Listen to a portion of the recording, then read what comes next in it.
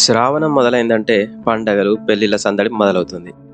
బంగారం కొనేందుకు ఆడవాళ్ళు బంగారు షాపుల్లో లైన్లు కడతారు. ఇటీవల బంగారం ధరలు తరచూ పెరుగుతూ తగ్గుతూ వస్తున్నాయి. దీంతో బంగారం కొనాలనుకునే వారికి ఏం చేయాలో పాలుపోవడం లేదు. ఎప్పుడు బంగారం కొనాలో తెలియక అర్థం కాని పరిస్థితి నెలకొంది.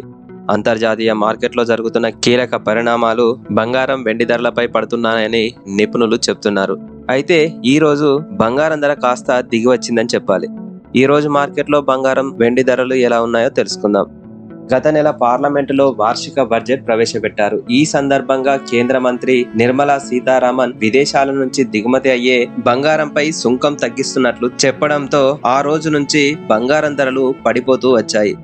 ఒక్క వారంలోనే ఏకంగా 7,000కు పైగా బంగారం ధర తగ్గింది. ఆ తర్వాత అనూహ్యంగా పెరుగుతూ వస్తుంది. మొన్నటి వరకు పెరుగుతూ వచ్చిన బంగారం ధర రాఖీ పండుగ సందర్భంగా కాస్త దిగి వచ్చింది.